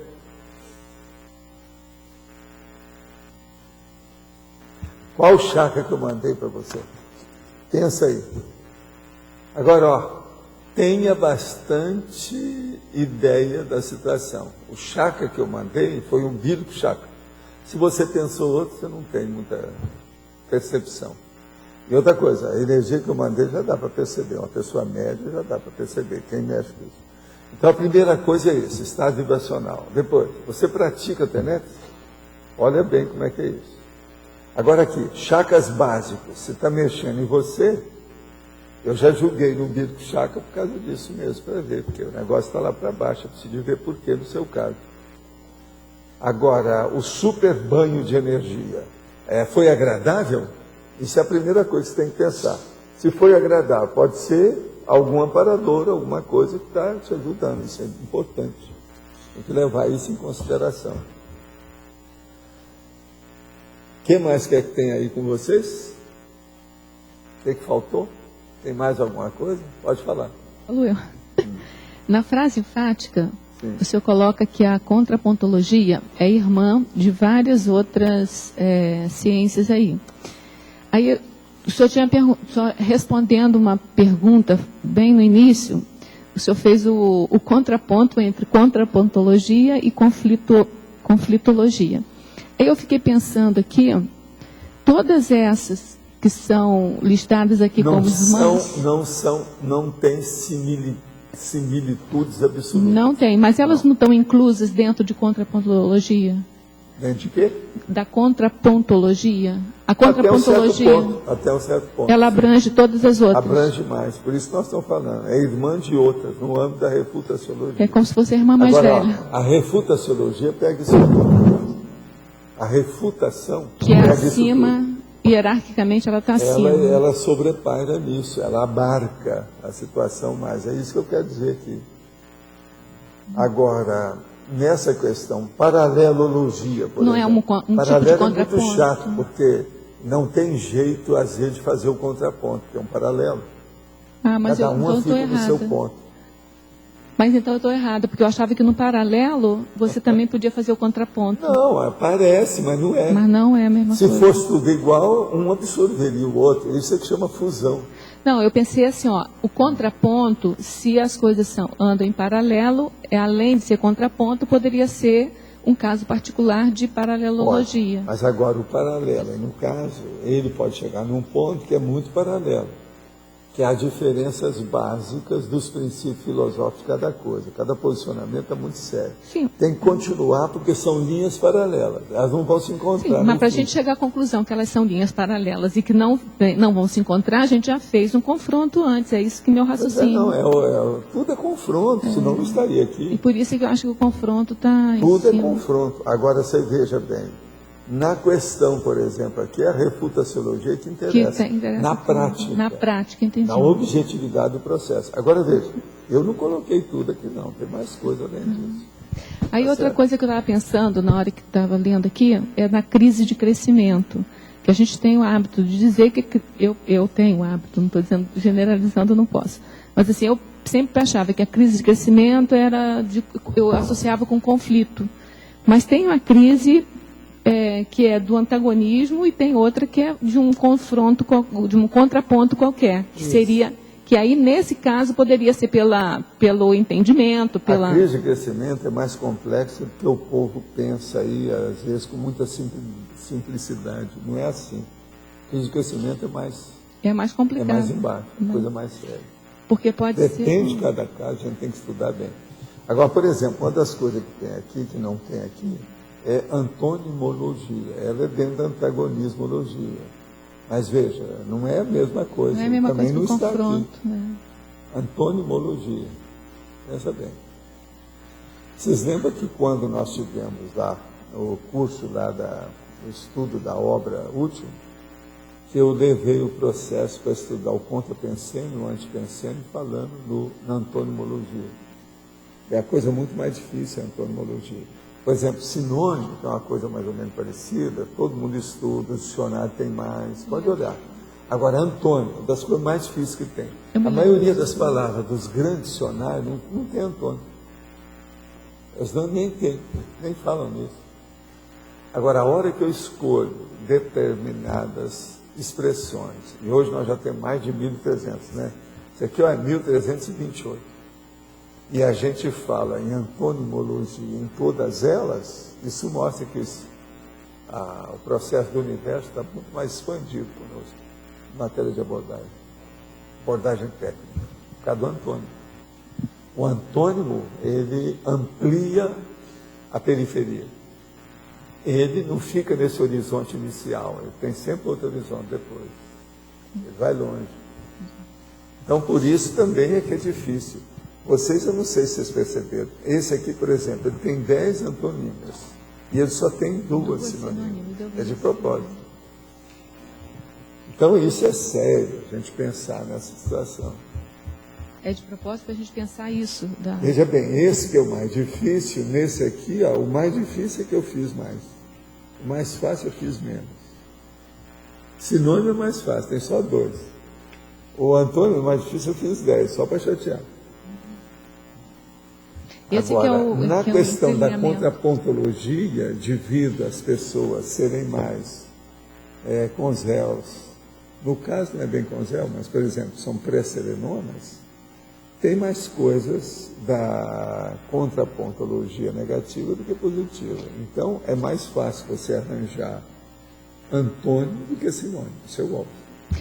Esse fato que o senhor acabou de falar, que o senhor fez de propósito, botou menos sinonimologia... Para mostrar que a realidade é essa. Sei, nós temos muito mais coisa errada do que certa, na maioria das coisas. Mas isso a gente poderia considerar que isso é um entrelinhamento, ou isso não é entrelinhamento, isso é só didática?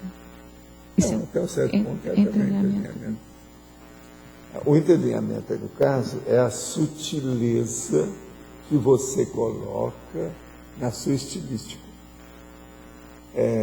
Vamos dizer, na sua redação, na apresentação das suas ideias. Essa sutileza, às vezes, é que é a coisa mais séria no caso. É a leitura das entrelinhas. É o pingo do i. o valor da perna do R. É isso que a gente quer dizer. Então, eu preciso também de lembrar dessa sutileza da história. Agora, o processo disso aí, a gente tem que lembrar o conteúdo e a forma. Agora, para a apresentação, o problema é de forma, antes de mais nada. Mas o conforto está em todas aí. Agora, vocês viram que aqui, ó, nunca se deve engatinhar quando o impulso é voar. Vocês viram de quem é isso? A Helen Keller era a moça que não tinha nenhum sentido. No entanto, ela tinha mais sentido do que a maioria das pessoas que tem todo sentido. Ela faltava opção. Ela era cega, surda, muda, o diabo a quatro, não sei o que mais. Isso aqui é dela. Agora veja, ela devia de pensar nisso, porque a gente não deve engatinhar quando o impulso é voar. Porque dentro dela, coitada, ela queria ser mais do que aquilo e não tinha. Ela raciocinou perfeitamente, ela chegou lá. No normal aqui, ó, ninguém está ligando para isso, porque já tem muita coisa, né? Pode usar. Essa mulher era séria. Agora, eu pergunto para vocês, uma pessoa uma vez me fez essa pergunta, eu passo ela para vocês, que eu não soube responder. Vocês acham que a Helen Keller tinha macrosoma? Como é que é essa hipótese? Como é que vocês consideram isso? Hein? Veja, como é que ela conseguiu superar os processos todos para até dar aula para os outros? Ela tinha uma boa professora, mas como é que ela fez isso? Então, como é que você... Não, agora eu te pergunto, responda aí a pergunta, a hipótese. Tem chance de ter um macrosoma baseado em quê? Qual é a lógica e o discernimento que você apresenta para dizer que ela tinha um macrosoma? A primeira coisa que eu quero lembrar, que isso não é tão ocioso quanto a gente pergunta, é o seguinte: se uma pessoa tinha um corpo de idiota que era macrossomático, por que ela não podia ter? Então, a primeira coisa, não adianta vir que não tem. Não vem dizer que é impossível, que não é. Dulce, você que é a mulher do homem do piolho. Então, como é que é? Tem lógica? Ô Hernani, você que faz piada do mundo, como é que é?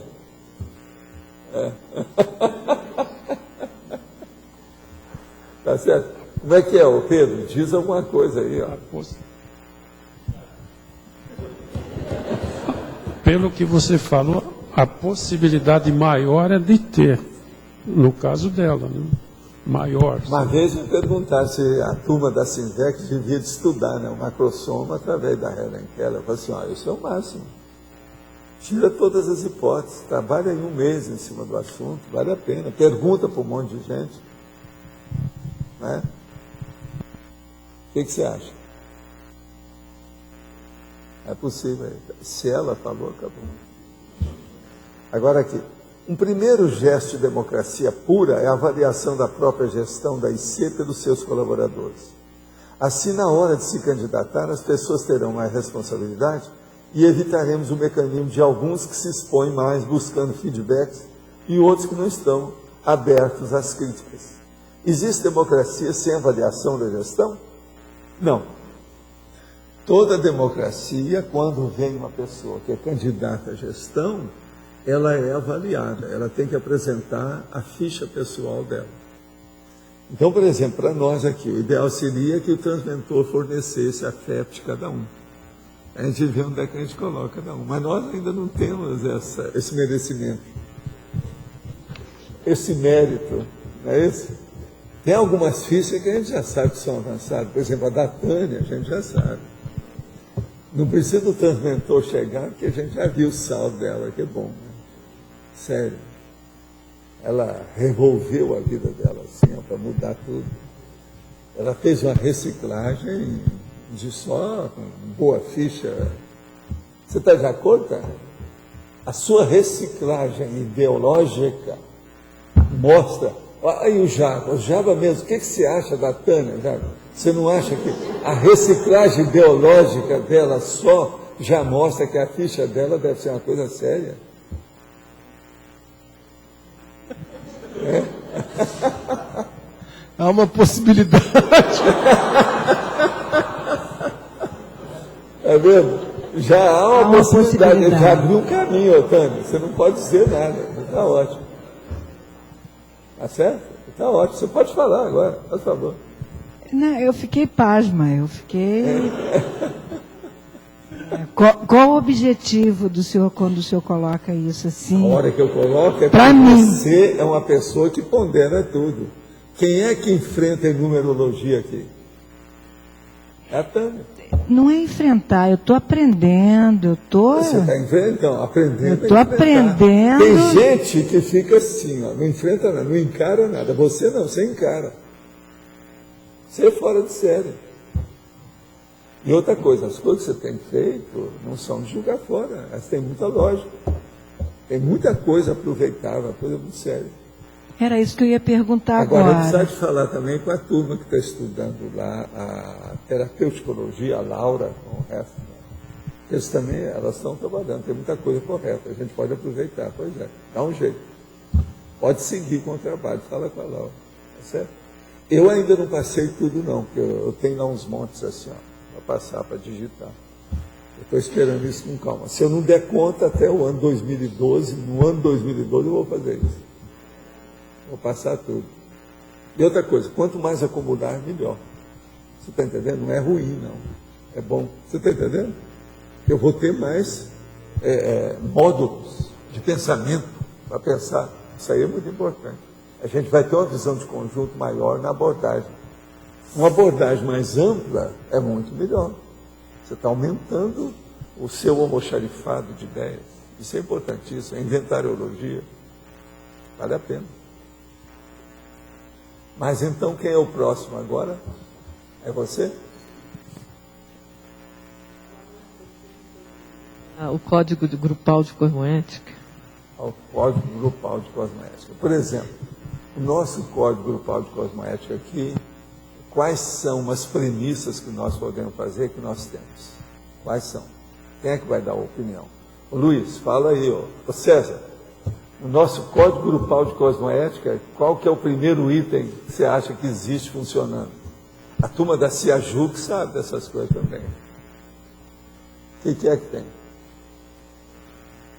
Ninguém vai falar nada?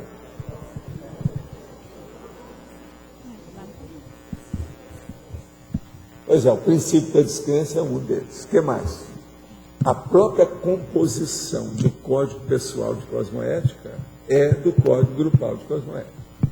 Outra coisa, só da pessoa admitir a realidade da cosmoética já é um princípio para embasar o código grupal de cosmoética. Entendeu ou não?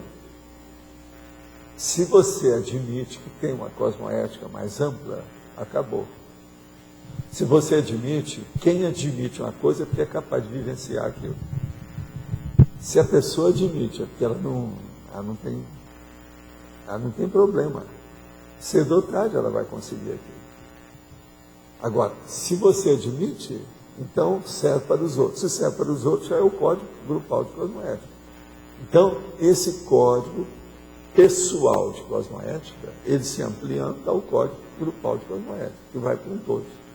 Agora, vamos pensar, cosmoética, princípio da descrença. Uma outra coisa, inteligência evolutiva, é uma necessidade disso aí. A hora que você fala na inteligência evolutiva, ela atrai um outro ponto, que é a priorologia evolutiva. Qual a prioridade da sua evolução? Então, veja, o seu autoesforço ideal, isso também é do código grupal de cosmoética. Agora, outra coisa, qual a finalidade da sua vida? O que você está fazendo em grupo? Se o código é grupal, o que é que vocês estão fazendo em grupo? Como é que é? Seu esforço é baseado em quê? Aí vem Max Proet, ela falou já. Só aí eu já tenho 5 itens sérios dentro do assunto e cada um é maior do que o outro. É terrível isso aí, são básicos. Aqui no tertuliário, o que prevalece no CGC? Seria mais é o processo democrático rudimentar, básico, né? O problema de nós não impormos nada a ninguém, a gente dá liberdade absoluta de falar, o processo de sorteio do verbete todo dia, o problema da porta aberta para quem quiser. A gente só não deixa entrar, por exemplo, a Serena, que de vez em quando quer entrar, ou sou e tal. Entende? Mas o resto, gente, a gente deixa entrar todo mundo, participar quem queira. Uma pessoa que chega aqui a primeira vez, e a outra pessoa que funciona aqui há 7 anos, a hora que ela senta, ela tem o mesmo valor da outra. Ninguém está vendo isso. Então, veja, isso já é democracia plena, até um certo ponto. Professor. Uma outra coisa seríssima, agora que eu vou falar, já chocando, impactando o problema do capitalismo selvagem e da sociedade patológica. Nós não cobramos nada para a entrada, não cobramos nada do verbete que a pessoa recebe. Presta atenção. Direto, uma coisa prática.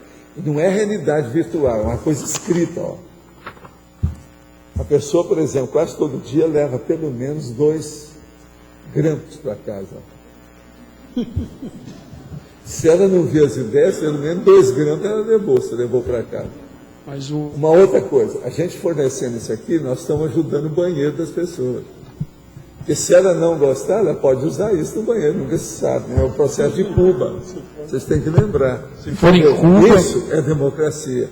Nós não escrevemos aqui, só pode usar para estudar. Não. Eu podia escrever aqui, pode usar também no banheiro. Pode falar.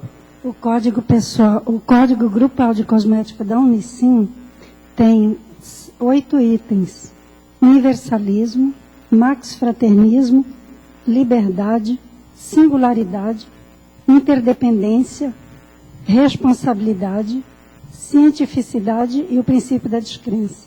Mas aqui está abrangente. Nós temos aqui os elementos básicos para constituir aquilo. Esse é o caminho.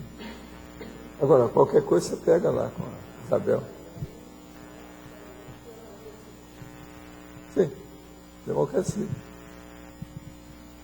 Gente, eu não avalio aqui o Arlindário todo dia. Escuta, não existe aquele calendário que a pessoa tem na duplologia. Hoje o meu amado está nervoso. Não, alegre. Como é que é? Tem que ter, tem aquele calendário do negócio todo. Isso é democracia. Tem que ter. É a vida. Faz parte do serviço aí. Não tem lógica isso, não? Tem? Faz sentido? Como é que é? Agora, escuta, tem aqui um sábio que não fala muito. Ele aparece, mas não diz nada. A gente precisa perguntar para ele o que ele acha disso. Que é o Amin. Amin, fala alguma coisa aí, o que você está achando? O Amin é considerado por muitos aqui dentro como um sábio. Agora, veja, é um sábio calado. Como é que é aquele negócio? O mutismo era um processo do mutismo, havia uma filosofia do mutismo. Ele, eu acho que segue essa filosofia. Entende? Olha lá, ele não tem nem microfone perto dele. Raramente o microfone passa a 1 quilômetro de distância dele. Ele não toca no assunto. É ou não é? Pois é, agora, ó, nós vamos nas próximas tertúlias escutar mais o Amin. Ele está lá, então fala alguma coisa.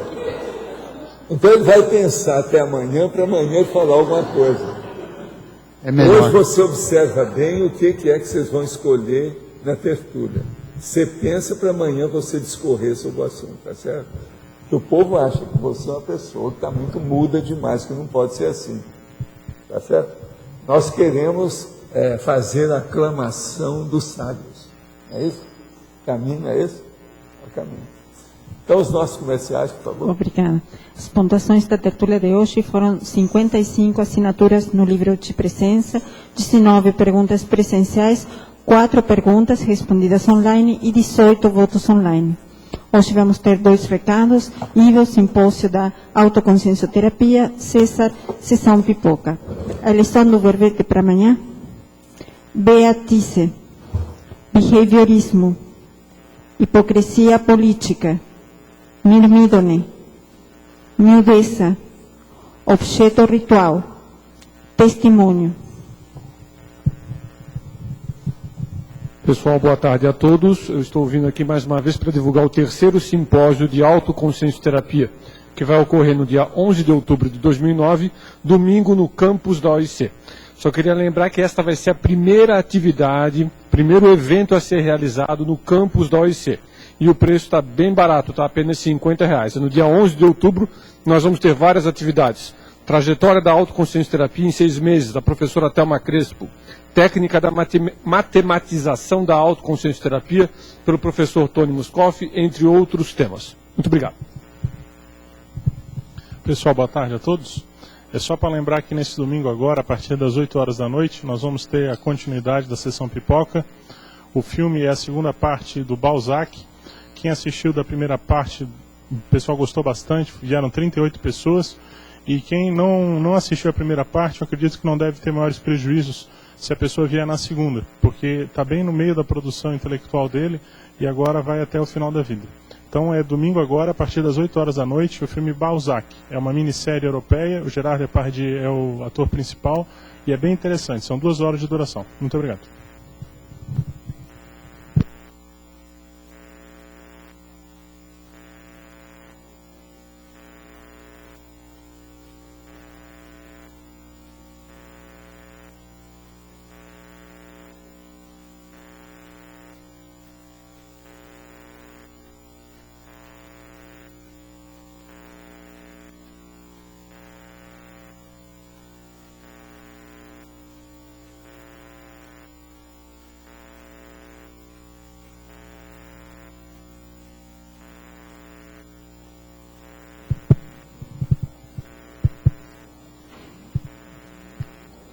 O verbete vencedor para amanhã é Mir Midone, com 10 votos. Obrigada e boa tarde a todos.